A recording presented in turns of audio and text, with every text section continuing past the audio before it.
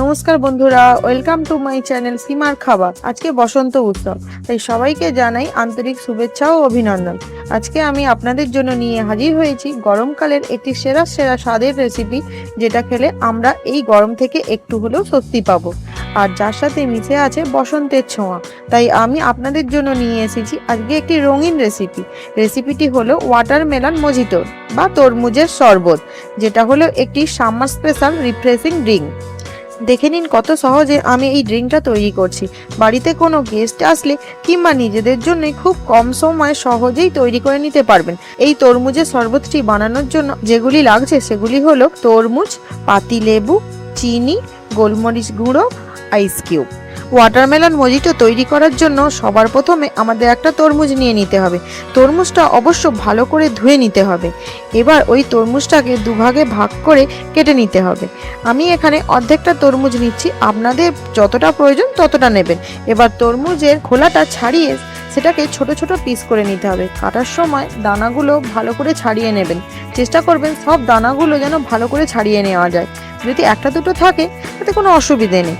এবার পিস করা তরমুজগুলো আমি সরিয়ে নিচ্ছি, আর এখানে নিয়ে নিচ্ছি একটা ব্লেন্ডিং জার। এই ব্লেন্ডিং জারের মধ্যে আমি কেটে রাখা তরমুজগুলো নিয়ে নিচ্ছি।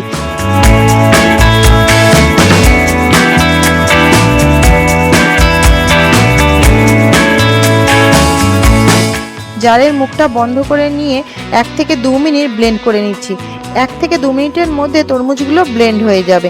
আমি আপনাদের ঢাকনাটা খুলে দেখাচ্ছি, দেখুন কত সুন্দর কালারটা লাগছে। কি বন্ধুরা, কালারফুল রেসিপি কথাটা কি ভুল বলেছিলাম?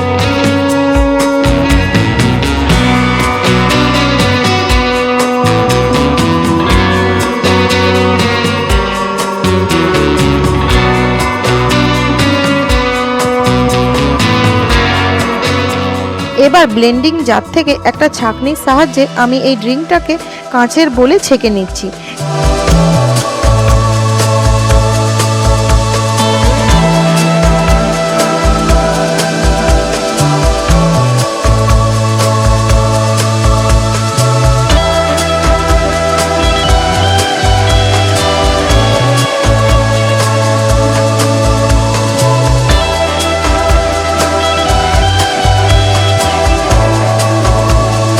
এটা ছাঁকার কারণ যদি একটা দুটো দানা থাকে সেটা বের হয়ে যাবে। এরপর আমি নিয়ে নিচ্ছি দুটো কাঁচের গ্লাস। কাঁচের গ্লাসে 1 চামচ করে পাউডার সুগার দিয়ে দিচ্ছি, আর অল্প করে দিচ্ছি গোলমরিচ গুঁড়ো। যদি আপনারা পুদিনা পাতা পছন্দ করেন তাহলে দিতে পারেন। আমি পুদিনা পাতাটা অতটা পছন্দ করি না, তাই দিইনি। আর কয়েকটা তরমুজের টুকরো দিয়ে দেবেন।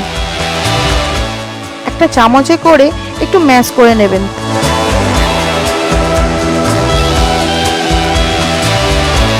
তারপর দুটো গ্লাসে তরমুজের শরবতটা ঢেলে দেবেন।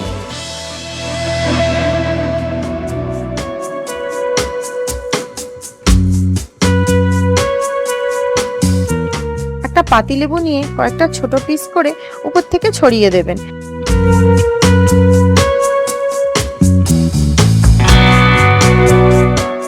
আর কয়েকটা আইস কিউবও দিয়ে দেবেন। দেখবেন কি সুন্দর দেখতে লাগবে। আর গার্নিশিং এর জন্য একটা তরমুজকে স্লাইস করে কেটে ত্রিকোণ করে গ্লাসের ওপরে লাগিয়ে দেবেন। এরপর একটা স্ট্র দিয়ে পরিবেশন করুন আমাদের আজকের কালারফুল রেসিপিটি। সবাই খুব সুন্দর ও সাবধানে বসন্ত উৎসব কাটাবেন। আজ আসি, খুব তাড়াতাড়ি দেখা হচ্ছে নতুন আরেকটা হেলদি রেসিপি ভিডিও নিয়ে। তাই চ্যানেলটি সাবস্ক্রাইব করে আমাদের সাথে থাকুন। সকলে ভালো থাকবেন, সুস্থ থাকবেন। হ্যাপি হোলি বন্ধুরা।